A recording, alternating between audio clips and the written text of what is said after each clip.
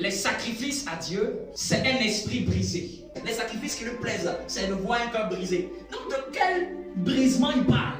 C'est le brisement de la chair. C'est le brisement de la suffisance humaine.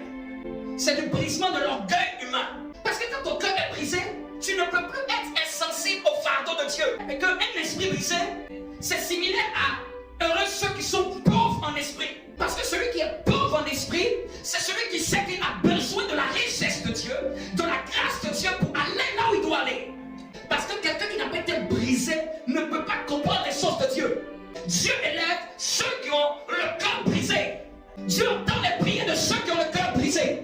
Mais pas le cœur brisé par le chagrin de la vie, pas le cœur brisé par les déceptions, mais le cœur brisé de la chair, de l'orgueil humain, de l'insensibilité, de la vantardise de l'homme, de l'arrogance humaine. C'est que ton orgueil tombe, ce qui faisait ta fierté tombe, ce qui faisait ta force, ce qui faisait que tu te croyais fort tombe. Tant que ça ne tombe pas, Dieu ne t'élève pas. C'est pour ça que la Bible dit qu'il résiste aux orgueilleux et il fait grâce aux hommes. Parce que les hommes, c'est ceux qui ont été brisés par Dieu. Un esprit brisé, c'est un esprit qui est vivant par rapport à l'esprit, mais mort vis-à-vis de la chair.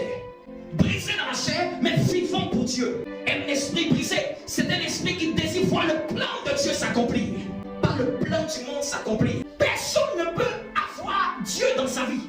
Il est insensible au malheur et aux peines des autres. Un esprit brisé, c'est un esprit qui porte des fardeaux. Tu as des fardeaux comme si tu es en grossesse spirituelle. C'est un esprit de gémissement. C'est un esprit d'enfantement. C'est un esprit qui crie à Dieu jusqu'à ce qu'il intervienne. La désolation qui vient de l'esprit, ça t'amène à gêner la prière. Ça t'amène à dire aujourd'hui là je ne mange pas. Ça t'amène à dire laisse-moi, je vais prier. Parce qu'il y a deux formes de tristesse. Il y a deux formes de désolation. Il y a deux formes de brisement. Il y a le brisement, c'est émotionnel, charnel. Là, ça fait que tu t'assois et tu n'avances plus. Tu es découragé. Mais je parle du brisement de l'esprit. Ton esprit est dans une inclinaison et tu dis oh Dieu, pourquoi ça s'est arrivé? Pourquoi je presse ça? Parce que c'est le moteur qui fait que tu vas garder ta flamme jusqu'à la fin. Parce que tu es toujours sensible à Dieu. Parce que le plus dur, c'est est-ce que tu peux continuer au fur et à mesure des années à rester sensible à Dieu? Tu peux avoir vieilli dans les choses de Dieu, mais tu perds ta sensibilité. Tu perds l'état d'esprit qui faisait que tu faisais les bonnes choses au départ. Donc souvent la plupart d'entre nous, ce n'est pas parce que nous n'avons pas eu ça, mais on a perdu cette grâce. Les années passent, on devient encore plus dur spirituellement parlant. Plus insensible même. Prier même, ça nous craint rien en nous. Quand tu te mets en peine des causes divines, le ciel ouvre les portes. Que lorsque tu te lèves en prière avec des fardeaux que Dieu apporte des connexions, c'est quand tu pries que Dieu commence à ouvrir des portes, ouvrir des brèches, ouvrir des connexions. Voici ce que dit l'Amen, le témoin, le fidèle et véritable, le commencement de la création. Je connais tes œuvres, je sais que tu n'es ni froid, ni bouillant. Il dit, puisses-tu être froid ou bouillant? Donc ce que tu reproches à cette église, il est en train de dire, pourquoi tu n'es pas constant? Pourquoi tu changes comme ça? Froid tu n'es pas, bouillant tu n'es pas. Tu es un mélange d'hybridation. Mélangé un peu avec le monde, mélangé un peu avec l'esprit. À un moment tu marches par l'esprit, à un moment tu marches par la chair. Ainsi parce que tu es tiède et que tu n'es ni froid ni bouillant, je te vomirai de ma bouche. Non, ici par ce passage, on voit que ce que Dieu n'aime pas, c'est le mélange, l'inconstance, l'irrégularité, deux pieds qui clochent. Un moment tu pries, un moment tu pries pas. Un moment se consacre, un moment ne se consacre pas. Il dit comme tu es tiède là, moi je vomis ça. Il dit je te vomirai de ma bouche. Donc c'est-à-dire que le problème de cette église, c'est-à-dire qu'elle se satisfait, elle se plaît, elle se donne même des slogans comme si tout est fini. Ça c'est de la prétention. Ça c'est de l'orgueil. Ça c'est de la suffisance. Il dit tu dis que tu es riche. C'est de la suffisance. Tu dis que ça va sur toi. Il dit ça c'est de la suffisance. À cette dimension il y a une attente du ciel. L'esprit de suffisance fait que perd le cœur brisé. Un cœur suffisant. Ça me suffit. Cette petite chose, ça me suffit. Ah, je fais mes prières, l'essentiel c'est bon. Je fais mes prières. Si tu savais là où Dieu voulait t'emmener, quand quelque chose te tient à cœur, tu gémis pour Dieu. Tu gémis pour Dieu. Il dit, aie donc du zèle et répands-toi.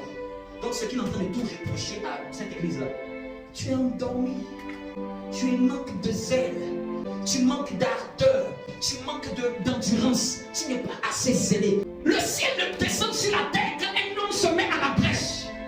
Il a prophétisé à Ézéchiel, je cherche un homme et je n'en trouve pas.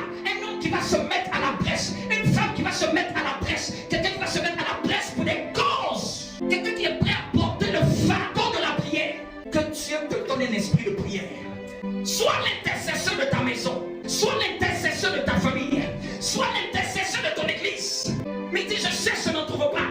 Parce que tout le monde est suffisant. Tout le monde fuit le fardeau de Dieu. Tout le monde est insensible aux causes de Dieu. Quelqu'un qui va se mettre à la brèche. Se mettre à la brèche, je vais accepter de porter la charge. Est-ce que tu sais qu'il y a une situation qui doit bouger? Ça attend que tu te lèves. Est bon que tu zèles. Pose-toi un peu. Pourquoi es-tu endormi? Pourquoi t'assois-tu tandis que tu n'es pas encore arrivé? Qui t'a fait asseoir? Qui t'a ralenti? Qui t'a arrêté si facilement? Il dit, vous qui courez si bien, qui vous a arrêté? Lève-toi et réveille-toi. La course n'est pas finie. La course n'est pas finie. Pourquoi tu t'arrêtes avant l'heure? Pourquoi t'arrêtes-tu de courir avant l'heure? Tandis qu'avant tu avais les yeux focalisés sur le Seigneur. L'amour de ton cœur. Qui a volé l'amour de ton cœur?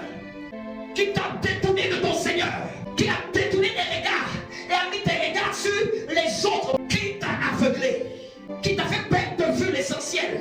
Parce qu'à la fin d'un message, il y a des questions. Et toi seul, tu dois y répondre. Toi qui priais plus que ça, qui t'a diminué? Qui t'a diminué? Qui éteint ce feu-là? Un tombe du ciel. Reprends-toi. Reprends-toi.